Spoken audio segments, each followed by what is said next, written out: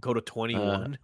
Yeah, 6 up to 21. I mean, this is the rebuild turn if you're Rye. Yeah. You've got the Chalice of Blood. You've got another activation of your Tome of Sacred Lightning. You've got a healthy amount of arcane cards now. At least, I think that the die is on 5, so I'm gonna assume it's 5 total. So you've got free casts of Careful Study, which can be really helpful. I think you really need to clear this board. So you're hoping for like your Lava Storm or like your Anger of the Skies type, or just anything to deal with this immense board. Yeah. Of course, Ethereal Slime being a 5/5 is hard to get rid of on its own. And Storm Slime will obviously draw them some cards, but we are going to start the right thing. We're going to Careful Study. Being the first mage action gives you an extra Enlighten counter, and then it gives you 5 on its own. So it's effectively a draw 2. And then the second one will be draw 1.5. But since we have the 2 Enlighten counters from Rye level 1 still, it also will draw 2 cards. So, this is a great way to sort of reestablish our influence. Yeah. I mean, we have to have like a super explosive turn, which we kind of are having, right, with the 3 Careful Studies on the way. I think I see a 4th one maybe in the hand, but we have to kill, because even if you were to like play Lava Storm, right, it does destroy everything, which means they all die. And you get the on death triggers for everything, which will make you release your spirit, because you will take 4. Ooh, okay. So Yeah, so this this is is definitely fun. empower. Yeah, so we are going for. I think we're gonna go for a big kill here. So empower 4 and then banish the Harness Lightning too. So it gets to uh go into your into your banishment. And then, I mean, do we have like an Advent of the Stormcaller here? Perhaps is something that maybe is enough to force lethal Advent into maybe like Arcane Blast into a Fireball or something. There's definitely the possibility that we can. Oh, well, there it is. We see Advent coming down. Advent of the Stormcaller, excellent. So we're revealing the top level cards of our deck, with the 7 arcane cards plus an Empower 4 plus the Rye. I think we are at level 15 exactly. So Oh, this this was is the a 0 worst cost Advent of card. the Stormcaller I've ever seen. I've Okay, definitely had actually, it's worse. not terrible. It's not not. as bad. I saw a lot of non-advanced element cards here, or not a So lot of so arcane cards, but it was more than I thought for sure. this definitely isn't enough to push lethal. I think this is 7 arcane cards, which could do a total of 14 damage. Yep. But if we're able to combine this with a fireball, or an arcane blast from hand, I mean, 14 damage up to 16, and then plus 11 up to 27 is in fact lethal. Yeah. So this is And that does it. Yeah. Okay, yeah. Exactly what you needed to see, right? A very explosive turn with Advent of the Stormcaller plus Arcane Blast plus Fireball. Definitely, we see even a little bit of enthusiasm from the Sylvie. Maybe excited to see Rye do its thing after maybe a long time of not doing it.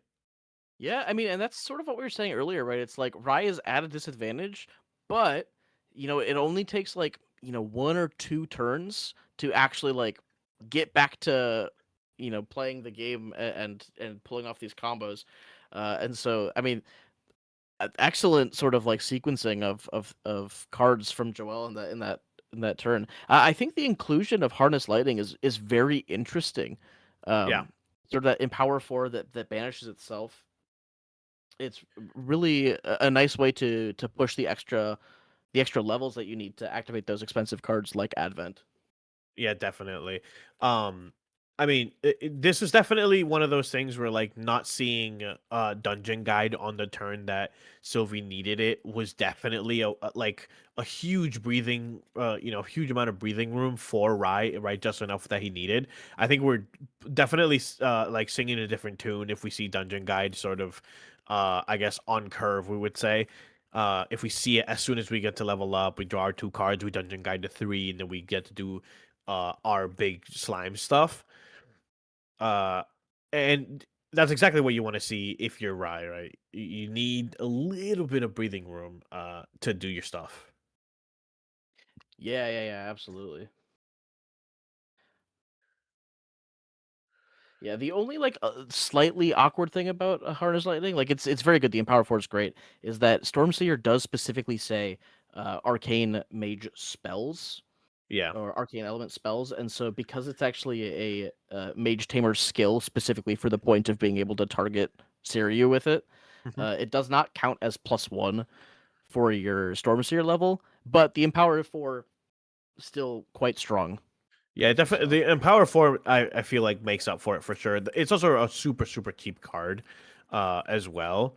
So paying 1 to Empower 4 is a pretty good trade off, I would say. Yeah, for sure, for sure. All right, so we're getting into this game 3, tied up at 1 apiece. I didn't quite catch it. Did you see how many cards we glimpsed to the bottom? No, I didn't see it. No. All right. Well, if I'm the right player in this situation, a turn 1 Inferno Slime, I am happy to see it. This is Yeah. a pretty weak start from Sylvie, all things considered. Yeah, I mean we can't swing with it until we're level 2, right? So Yeah, can't swing with it to level 2, and we have no fire in graveyard quite yet. So now is a safe Mhm. time to remove it from the field if you are able to. Definitely. One of the things that okay, here we go. That's that's one way to do it. That is one way to do it. Unfortunately, it sort of has an awkward timing where the second fire card isn't in grave when the on death trigger goes off. Yeah. So, so not quite being able to banish the 2 cards there for the damage, but still, Cremation's still a great card just to get stuff out of the way. Yeah, not a very, you know, we do get to go first for Sylvie, which is obviously what you want to do. But not a very good turn, not a very good 2 turns from Sylvie, I would say. Yeah, it's definitely a weaker start. You're really looking for these baby silver, baby gray cremation plays. You're looking for your liminal guide plays, like you had in games 1 and 2. Mhm. Um, Rye not exactly having the world's most explosive start. I think just the Scry the Skies just to put a card into memory is not necessarily what you're hoping for, but it is still a card that cycles a card, so you're not too bad, especially if your opponent's not putting a lot of pressure on you that way. Yeah, you definitely want to see this as Rye, especially because in the past 2 games we've taken like what 15 damage before we're level 2 or definitely before we're level 3. So anything that you see here, especially this, right? Going to level 2, seeing a storm sign banish, that's one less storm sign you have to worry about. And Yeah, definitely this is into a great. Yeah. pass. I mean, Yeah, this Sylvie is 2, no draw into a pass. yeah. So, I mean, if you're Rye, you're saying, like, this is my Yeah, chance this to is sort my of game make to win, something yeah. out of this game, yeah. But you do still have to, you do still have to get there, get to level 3. You do still have to find your cards. Um, You're just being presented with an opportunity here, which is sometimes in a bad matchup you need to be presented with an opportunity. But this is great. I mean, getting to level 3 with 0 damage taken against slimes is about as good as you could hope for. Especially with something like a chattering discharge in your banish with a charge counter. 2 damage is a lot of the time like really really good to kill an early slime, something that would buff itself normally, like in response to the on enter, anything like that. It's a little bit rough when it comes in with a buff counter, but if you see a baby red slime that's gonna come in and punch you for damage and discard a card, you can do this to just clear Mhm. everything, Yeah, especially now that we're level 3. it's especially particularly good against like the second ethereal slime. Like the first Right. one comes in, as a 4/4, but the second one comes in as a 2/2, so you can pop it before it gets the buff counter on it, which is Mhm. just like you said, is great. Uh, and this is also looking tough. I mean, we're getting a beast spawn boots with no animal or beast on board quite yet, because we didn't have any cards to put down to level. And then we're gonna drop the dungeon guide. So we do, we're getting to Sylvie level 3, and presumably we have something to play off of the Slime Sovereign, especially if we're throwing away an ethereal slime like that. Um, I would imagine there's either another one or something good to play here. Yeah, Storm Slime here would be great. Okay, looks like an ethereal. I think Ethereal's the ideal one to play in this situation. I think your Storm Slime's only getting in for a little bit of damage. Ethereal's going to stabilize you a bit more, and it's going to sit on the field for much longer, being a 5/5. Yep. Okay, so here, I mean, we've only taken 6 damage as Rai. We're level 3. We are about to start, getting our influence back. We have, I believe, a total level of 5 right now, or 6. So very close to the careful study sort of looping that we saw last game as well. Yeah. I will say, though, if I'm right, I'm a little bit nervous here, given that we just saw the first Twilight Slime revealed off of the Gaia Songbird, uh, especially layered with the Beast Bomb boots. Now it's sort of, you're not being pressured down by damage, but you are being pressured down by perhaps 2 turns of Spell Shroud, which is very scary. Yeah, especially because Twilight Slime is a 1/3. So Shattering Discharge does not kill it. Yeah. Luckily, you are able to Dungeon Guide ping for 1 plus Shattering Discharge, so could be a great reason for the next Ethereal Slime swing to clear over the Dungeon Guide. Yeah. But looks like we're going to try to start the Careful Study train. The train is going to be a little bit slow to start because we aren't quite level 8 yet. And so we are paying 2 for it, level 6, and then we are going to activate the Tome of Sacred Lightning. Yeah, this should over give the us at top. least another level. So that's great. We're level 7 now. I'm curious what we banished the card from memory for. I believe it's Okay, to so activate the effect. I don't. Yeah, I don't think they. Yeah, I don't think they rested the. So I believe there may have been a draw missed off of the activation of Sacred Lightning over the top of Tome of Sorcery. Oh yeah, There were into memory. two Yeah. cards. There were 2 cards in memory after playing the Careful Study, and then Tome of Sacred Lightning activated, which should draw a 3rd Yep. card into memory, and then Yep. the activation will banish 1 draw card. So I think we are a card short here. We'll see if they Yeah, hopefully it catch that. looks like we're gonna. Yep. So looks like we're rectifying that right now, drawing the card into memory.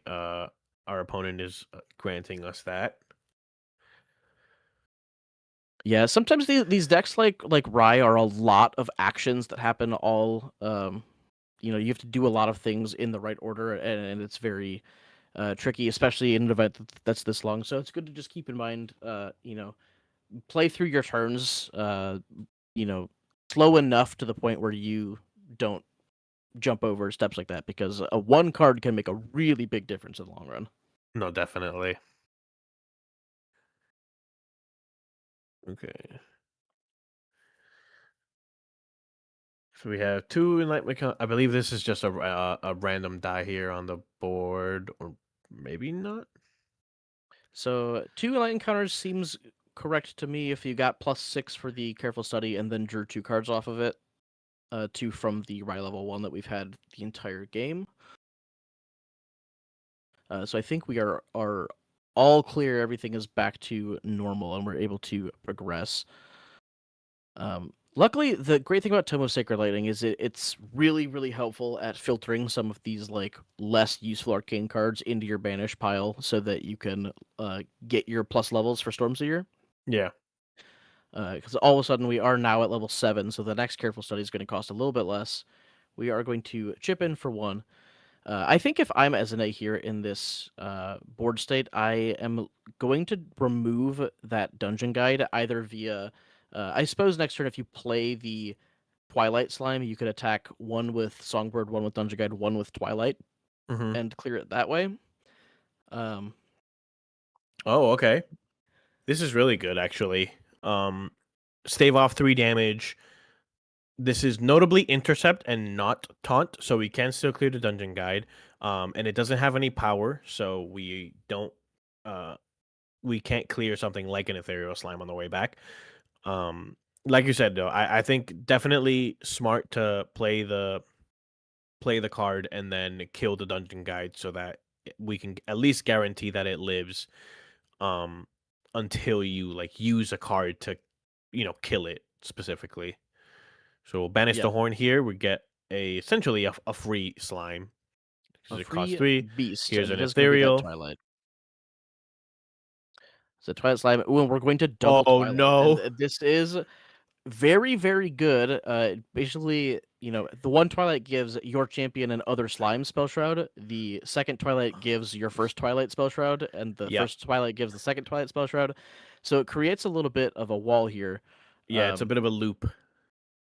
So now what's interesting is that even with the Dungeon Guide on the field, the Shattering Discharge cannot target the Yep. Twilight Slimes because they are spell shrouded. So you don't actually have to even chip the damage into it if you don't want. Yeah, I mean,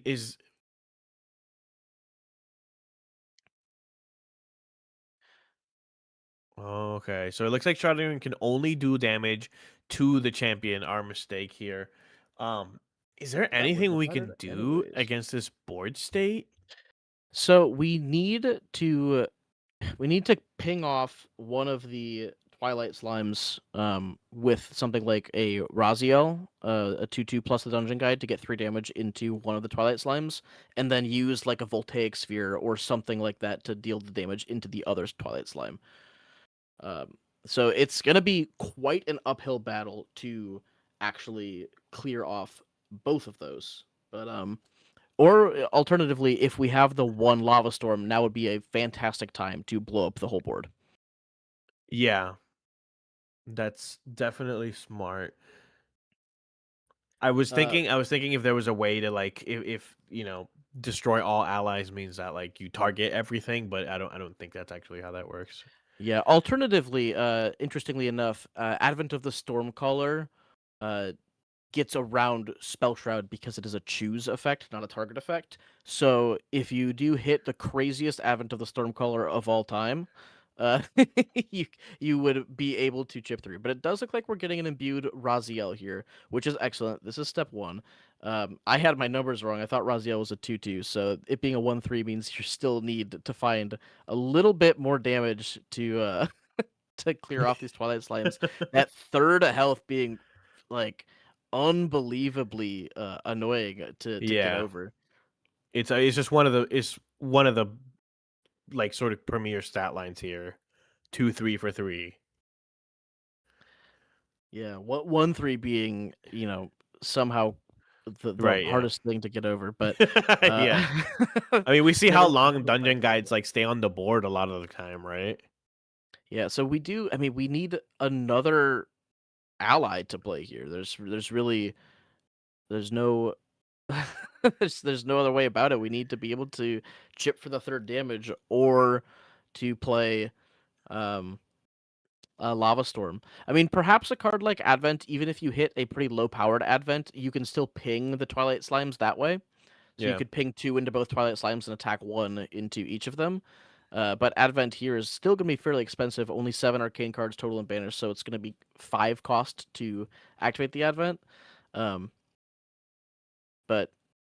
we'll see if we have it out here. The double Twilight is just like it always has been killer for spell decks, Yep. especially spell decks that don't play. But Whoa. looks like we are going to go for the Advent, and we see the Beastbound Boots banished in response. I don't know if we are aware that Advent being a choose effect does not get blocked by Spell Shroud. Yeah, it looks like we are we are in fact communicating that right now. So here we go. Round 2 of Advent of the Stormcaller. We are revealing the top level cards, which I believe currently is in fact 15. Ooh. I believe we're level 10 at the moment. I think we paid 5 for that Advent. Oh, right. Uh, Yeah, sorry. But all we need to do to get through these Twilight Slimes is to ping them each once and then attack with our allies into them because we don't have a taunt on the board currently. Yep.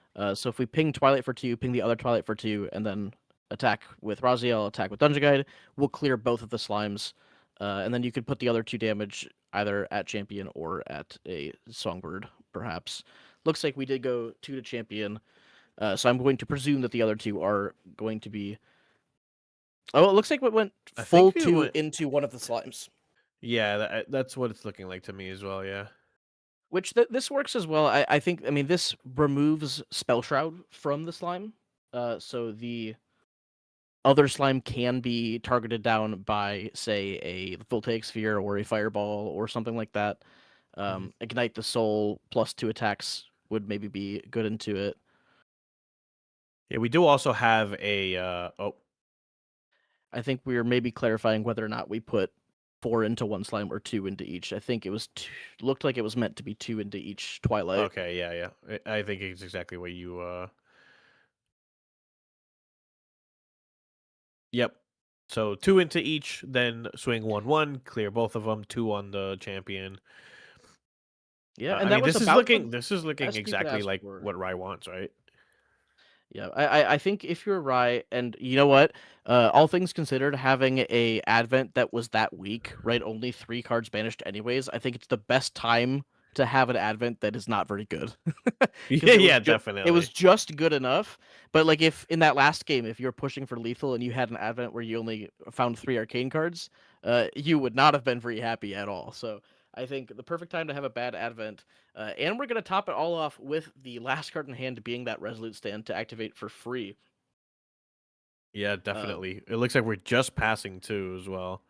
So, ooh, Ducal Seal as well, putting yet another barrier between lethal and us.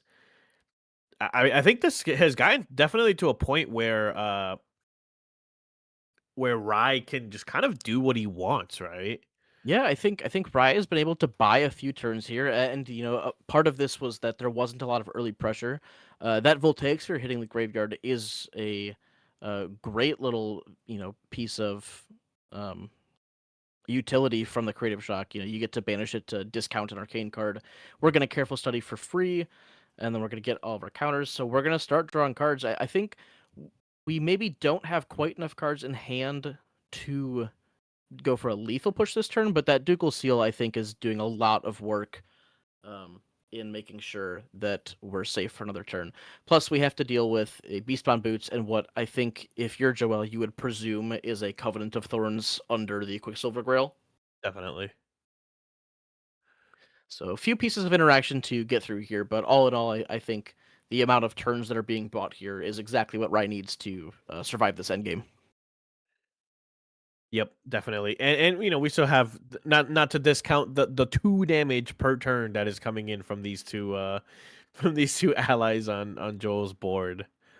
Yeah, true. They're chipping in for a little bit. I think here's the Ooh, the okay. first Arcane Blast. I mean, if we just have another one, I mean, we're gonna bait out the Beastbound Boots at some point, but you get to a point where if you activate the Beastbound Boots in response, or if you take the damage from the first blast, and then you activate it in response to the second blast, you're running the risk of like a fireball coming in on top of that, which Yep. maybe would be stopped by like a Covenant of Thorns. But I think just you know blank the first Arcane Blast with the Beastbound Boots, give yourself Spell Shroud, and then if I'm Joel here, I'm like, all right, I think the Ducal Seal will carry my defense for one turn.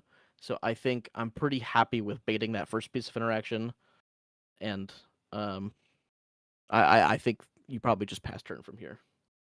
Yeah, I think you're more than comfortable passing turn with something like a Ducal Seal on the board, and what it's essentially um 21. We need 14 to kill, but we have 6, so 17. If I'm doing my math right, I'm probably not, but we have Serene Spirit and then plenty of life left to go. So we're definitely gonna live at least one more turn, and then we have kind of gotten rid of everything that we have on our opponent's board in terms of protection. So, ooh, okay. This Blanche is going to be good.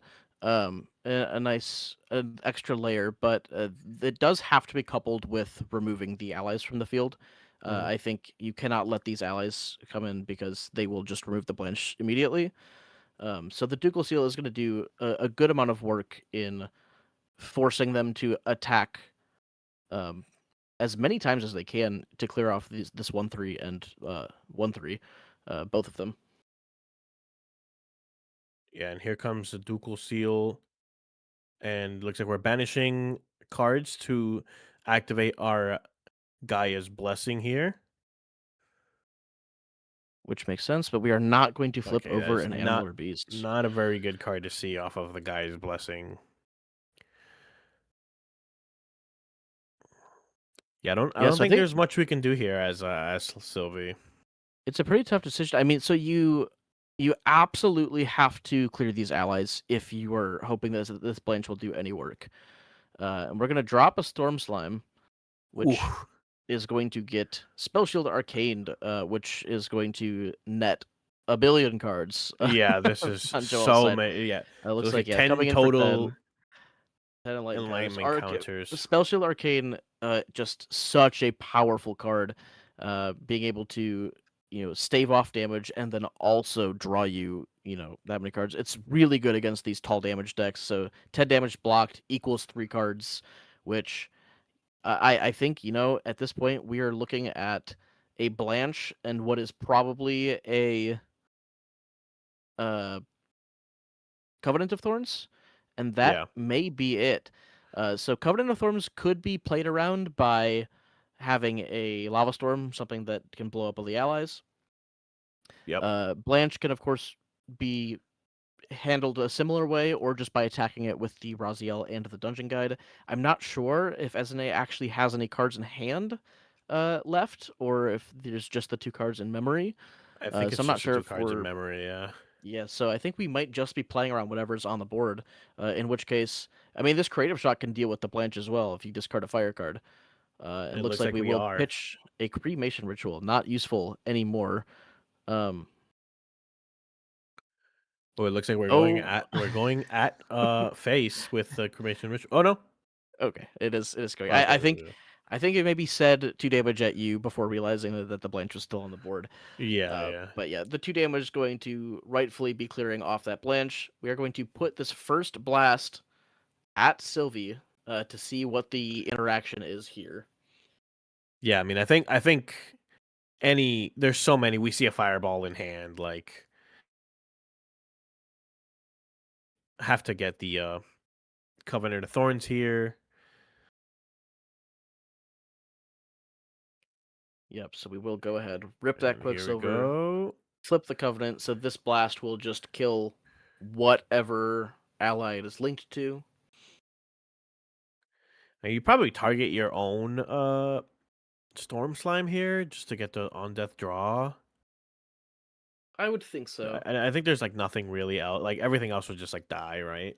At least this gives you a benefit for dying. So yeah. Oh, a interesting. crazy Okay. play that you don't have access to in this deck as much, but in like Wind Slimes you have, is if you can get yourself to level 5 either by whatever pump effects, if you Covenant of Thorns over an Ethereal Slime, it will prevent non-attack damage, which is the secret line of text on Ethereal Slime that never actually gets used.